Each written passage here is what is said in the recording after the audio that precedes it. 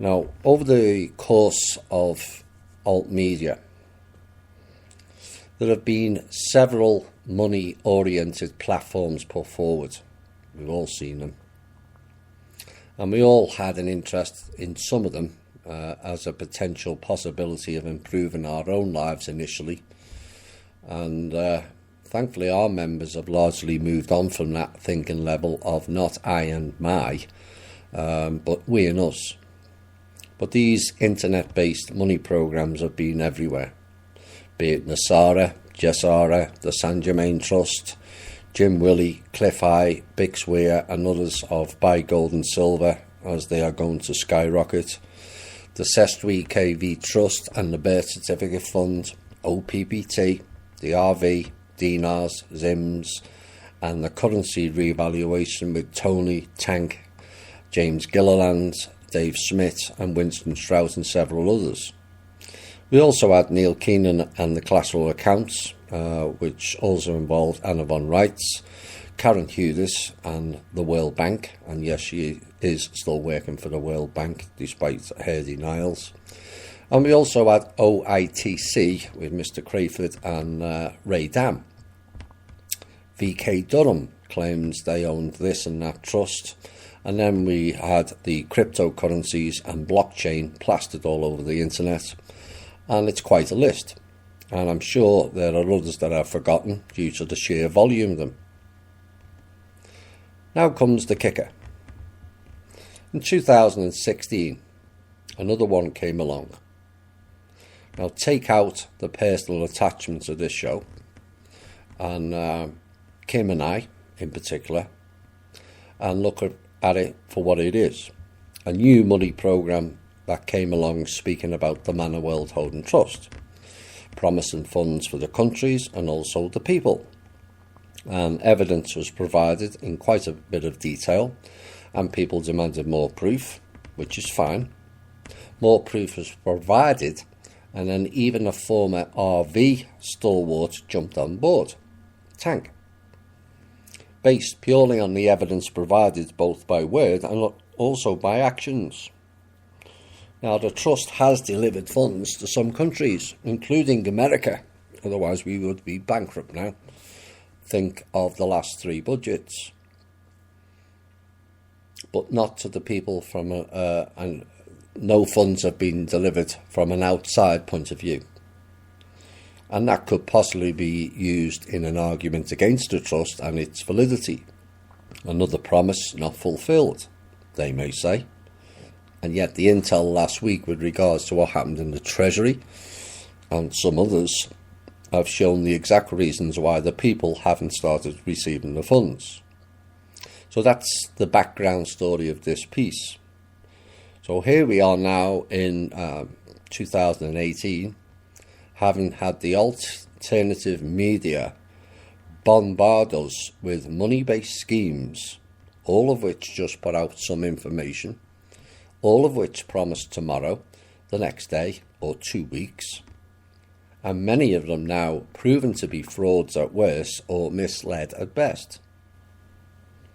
But the one thing all the programmes above have in common is all of them at various stages, and some still continue, to have their narratives and their programmes and the people that cover them all plastered all over the alternative media. Particularly during the time period 2010-2014. For those that can remember that far back, it took up almost all of the alt media, did it not? Now, from a public point of view, it could be seen as a positive change via these people striving to get this fund or this trust. But from an overview, is it not seen as a distraction? Who are the masters of distraction? Yes, the cabal and their agency minions. Now, the question you all have to answer is why, having plastered all over the internet for so long all of the above people and their programs, has one group and one money program not only being left out of the internet, but avoided at all costs. Yes, I've heard the stories of alt media people being paid to not put certain people on the internet, and it doesn't surprise me in the least. I see it as another desperation act, personally. So why hasn't THI and the Trust been used as another distraction on the internet, as has been actively blocked, as many of the members find out themselves this week and other weeks?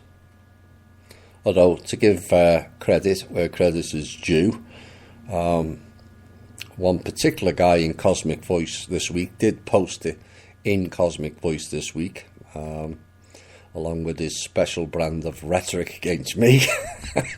But that matters not to me. So kudos for them for opening their mind a bit.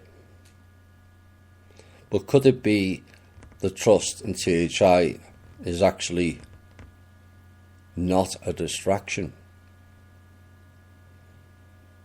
but something very real and a threat to their system? The discrepancies are far and wide. Mass over-promotion of money programs and then ignore one in particular that comes forward. It doesn't make much sense. Well, the question for new listeners is why? Why have they used all of the above people in distraction programs and ignored this one? I'm not here to provide that answer for you. You need to make that decision for yourself. And once you do, you will understand things in a much better way, I suspect. Now, one of the questions that has been asked today in the Q&A section, and I do have them all, and maybe I'll do an extra show and go through the Q&A again, is why is it that they do not want you or the Trust to get any credit for anything that you guys have done up to this point? That was one of the questions sent in this week. Perhaps, and this is where your pondering comes in, it won't be the first tonight. Well, it is the first, but it won't be the last. Perhaps a comment left by email from one of our listeners described it best, and it went as follows: "You are not invited onto other shows, as I think you are invisible to most. I go through the same thing. It's your frequency is just too high, in my opinion. What you are doing is extraordinary and on such a high frequency and vibration that others cannot connect. So it makes you, in essence, invisible." Now, the thing to ponder on with that statement is it's in alignment with the two worlds theory I released to THI listeners back in the fall of 2016. What if we really are invisible? Makes you think. That's why, again, for the benefit of the new people, or new listeners, I call mainstream media portal people, because they're operating from a different world to we do. Their news makes no sense. It's not from our world. And our news makes no sense to them either, because they're not in our world. Two planets operating on two frequencies side by side is the two worlds theory. The plan was to overlay their world onto ours. That won't be happening. My own theory is their world will disappear. And it is a theory, because we are operating on a different frequency. In essence, it's a transition. We're not going anywhere. We're not going to a 5D planet. The planet changes itself within the frequency range of certain inhabitants. I think for those of you who want to go into the full story of the Two Worlds, I think it was a show back in September or October of 2016, and it is documented in the transcripts, I think, on the Patreon site. Right, let's get into the news. So that's your first ponderings to begin with tonight. There will be more. WikiLeaks founder Julian Assange has been charged under seal, protectors inadvertently revealed in a recently unsealed court filing. Now, it's a development that could significantly advance the probe into so-called Russian interference in the 2016 election, and according to this Portal People News, have major implications for those who publish government secrets.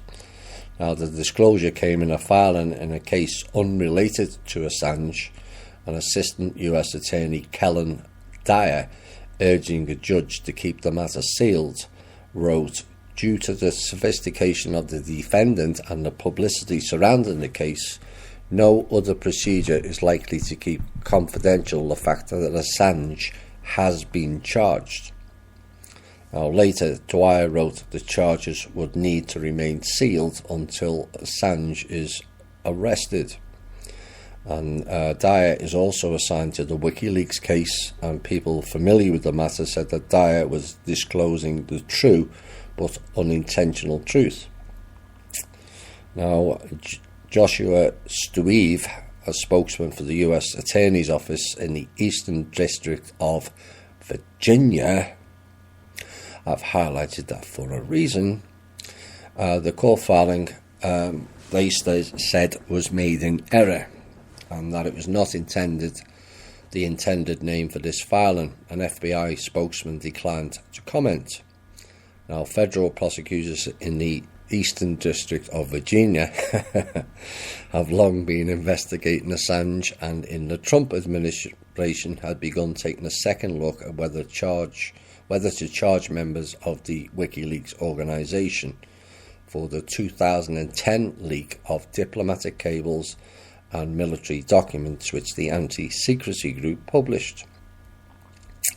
Investigators have also explored whether WikiLeaks could face criminal liability for the more recent revelation of sensitive CIA cyber tools. Now, this, for those of you with short memory, was forecasted in a show, was it 2 or 3 months ago? Well, this is now gaining traction.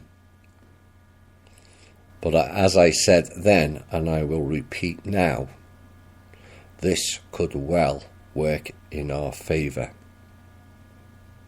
Ignore the mainstream media rhetoric. This could well work in our favour. Next, the Department of Veteran Affairs, and more shenanigans going on there, and a guy by the name of Mr. Gorman, and he's claimed that the Department of Veteran Affairs has thrown his fall semester into chaos by underpaying him without notice or explanation, making him one veteran among potentially tens of thousands on the GI Bill who have watched their bank accounts dwindle because of the agency's ongoing alleged technical failures. The guy went on, he said he can't afford rent, can't afford groceries. It's a lot of emotional strain and aggravation. Mr. Gorman, who is an Iraq war veteran, said, "I'm supposed to graduate in May of 2017, but I don't know if that's feasible if this underpaying persists." Now, the background to this is problems began this summer when the VA's benefit processing system buckled under complex new formulas for the GI Bill students. Yeah, right. As a result, scores of veterans waited weeks or months to be paid and have fallen victim to the agency's decade-old technology that advocates and lawmakers have warned for several months would do precisely what it did: fail. Now some veterans are struggling to overcome financial straits after they took out loans or put expenses on credit cards to cover the shortfall. And advocates are concerned veterans are taking on financial burdens on top of other challenges such as mental health and balancing school with family. And there is also a grave concern that the Veterans Affairs won't have the problems straightened out ahead of the spring semester either. And many veterans still haven't received payment. Others, like Gorman, have been underpaid. He was set to receive $631 a month while studying full-time, and just $269 arrived on November the 1st. And given that he lives in New York and their cost of living being much higher, that's not going to go far, is it? And given that his course load and unpaid internship make it difficult to work even part-time. Now, the House Veteran Affairs Committee is scheduled to grill VA officials over the problem today. I hope they resolve it quickly.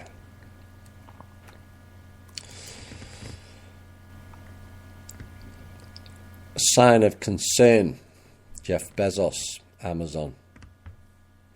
There was a full-on meeting last Thursday in Seattle, and an employee asked Bezos about Amazon's future, and the specific question wanted to know what lessons Bezos had learned from the recent bankruptcies of Sears and other big retailers. And Mr. Bezos' reply, I thought, was rather interesting. Amazon is not too big to fail. And in fact, he then went on, he said, I predict one day Amazon will fail. Amazon will go bankrupt. If you look at large companies, he said, their lifespans tend to be 30 plus years, not 100 plus years. And the key to prolonging that demise is for the company to obsess over customers and avoid looking inward. Interesting comment, Mr. Bezos. Worrying about itself. If we start to focus on ourselves instead of focusing on our customers, that will be the beginning of the end. We have to try and delay that day for as long as possible.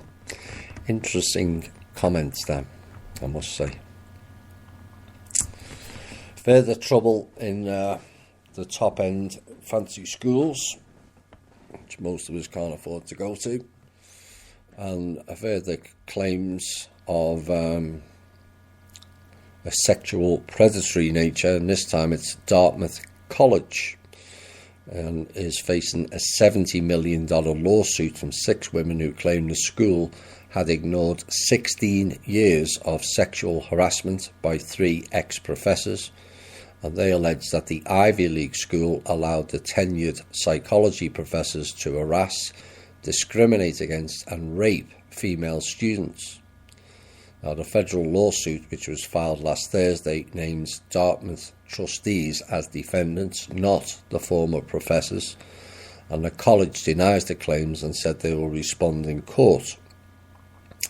Now, the spokesman said the lawsuit says the elite school turned a blind eye to bad behaviour by these professors for more than 16 years, having received many complaints about Professors Todd Heatherton, William Kelly and Paul Whelan. Now, the 6 named women and a 7th named as Jane Doe alleged the professors had clear bias towards hiring attractive young women to work in their labs and treated female students as sex objects. And the 3 predatory club professors held meetings in bars, invited students to hot tub parties, sent lewd photographs, groped and assaulted these women, and when students spurned their advances or refused to participate in their party culture, they were threatened with academic consequences, the lawsuit claims. It's just wrong. Just wrong. It's too much of it. Way too much of it. I'll have more on, well, I'll read this piece, but I will have a op-ed comment on this later. A judge in Washington, D.C. this week ordered the White House to return Clinton News Network reporter Jim Acosta's press pass after it was revoked by the Secret Service. Now, the judge order says that the pass must be reinstated as a Clinton News Network lawsuit against Donald Trump continues. Mr. Acosta's press pass was taken after he clashed with the president during a news conference earlier this month, and the judge said the White House decision likely violated the journalist, that's a laugh, journalist, right to due process and freedom of speech. Speaking outside the court, Mr. Acosta praised the decision and told reporters, "Let's go back to work," whilst White House spokesman Sarah Sanders said they would comply with the order and would also further develop rules and processes to ensure fair and orderly press conferences in the future. There must be decorum in the White House, she added. Good luck with that, with the clowns in there.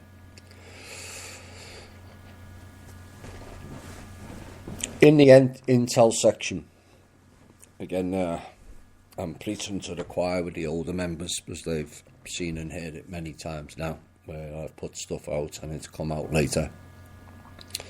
But in the Intel section, I think it was on October the 19th show or the 25th, I stated that the killing of the Saudi journalist Jamal Khashoggi was done by the Saudi crown prince Mohammed bin Salman, and there was an attempt by the rogue elements in the US military to make good of that and bribe Saudi Arabia for $2 trillion. But given they've only got $400 billion in assets, that's kind of impossible, and that went sideways. This week, in a news conference, the CIA has now concluded that the Saudi Crown Prince Mohammed bin Salman ordered the assassination of the journalist Jamal Khashoggi in Istanbul last month, which is contradicting the Saudi government's claims that he was not involved in the killing. This according to people familiar with the matter, and the CIA's assessment, in which officials said they have a high confidence, is the most definitive to date linking Mohammed to the operation, and also complicates the Trump's administration efforts to preserve its relationship with a close ally. They're not a close ally. That's a Bush close ally, not our close ally.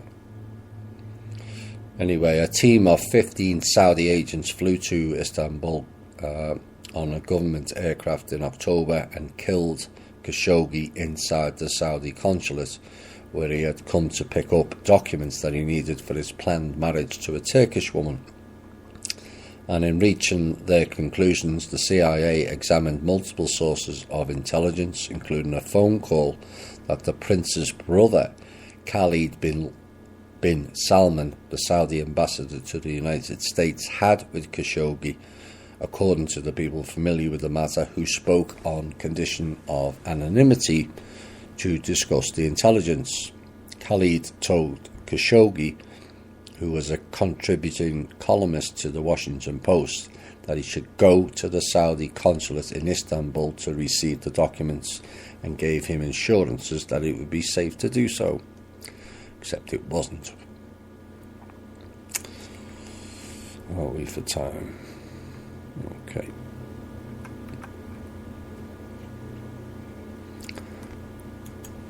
Given the fun and games on the border, or just south of the Southwest American border,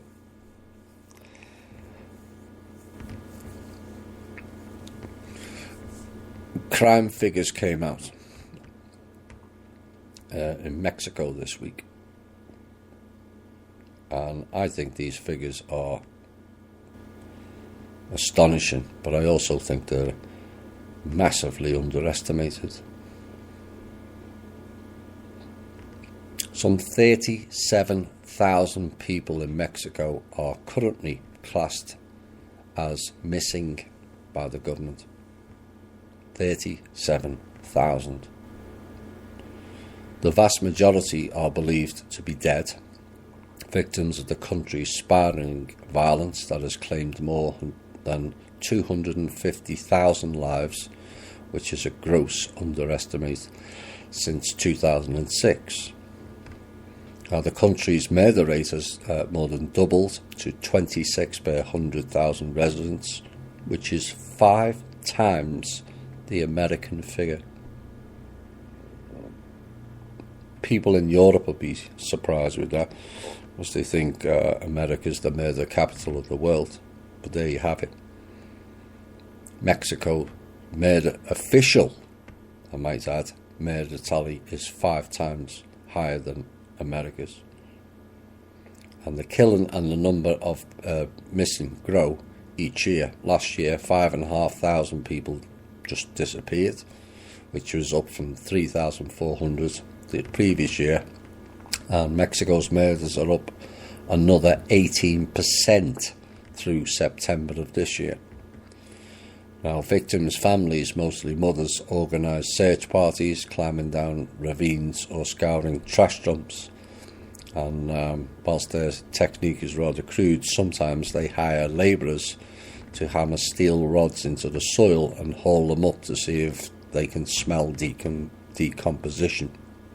Very sad, this. Other times they simply look for an exposed body part or a shallow grave. But the sheer numbers of the disappeared now rival more famous cases of missing people in Latin American history. California, Jill Cisneros has defeated the Republican Young Kim on Saturday in the last of Orange County's undecided House races following the recent midterm elections, which has given the Democrats a clean sweep of the state's 6 most fiercely fought congressional contests, marking a complete shift in a region long synonymous with political conservatism, whatever that means. And with that victory, Democrats will constitute the entirety of Orange County's 7-member congressional delegation, which is the first time that has happened since the 1930s. And the Republican Party have no GOP representative in California in the House. And what have they done with that? What are they doing in California, all these Democrats? And don't think for 1 minute I'm Republican, because I'm not. I'm not that stupid. Parties are part of the problem, in my opinion anyway. You're free to disagree, but you'll find once you really open your eyes, this party game is more divide and conquer. At least 1 person has died and 229 others have been injured, as around 282,000 people started protesting against soaring fuel prices throughout France. Those of you with long memories will tell you, I've told you in previous shows the history of the French people protesting. Well, they've started again. Police used tear gas to stop demonstrators at the Champs-Élysées. Starting in the early hours of Saturday morning, tens of thousands of people took to the streets of French cities to express their discontent with the policies of President Emmanuel Macron and the French government's recent decision to raise fuel prices through additional taxes. Whether this country, France, I'll give you a little bit of intel and background. The IMF have been instructing certain countries to raise gas prices by $2, of which $1 goes to them. Whether France has been threatened with that as well, I'll get more details maybe for the next show. But that is what is going on. The IMF is broke, bankrupt, spent, and they've been threatening countries to increase gas prices, of which every $1 of every gallon sold would go directly to the IMF. Anyway, the French people, complained gasoline prices never stop rising, and this time it's the straw that broke the camel's back. And Macron and his buddies just let things go from bad to worse. Yep.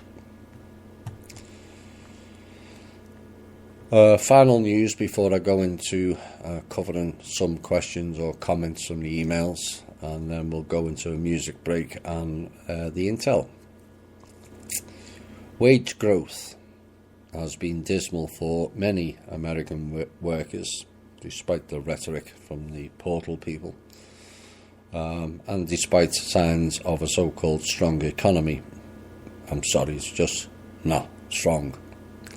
The federal poverty line in America is $25,100, except in Alaska and Hawaii, where it's $31,380 and $28,870 respectively. Now, to better understand what it means to be poor in each state, they have calculated the income it takes to be at the poverty level in each state based on buying power. And wage growth has been dismal for many American workers, despite signs of a stronger economy. According to the United States Census Bureau, 12.3%, 1 in 8, of the US population is living in poverty, which means they're earning below $25,100. 1 in 8. And that's their figures. Maybe it's more 1 in 6 in our world, not theirs.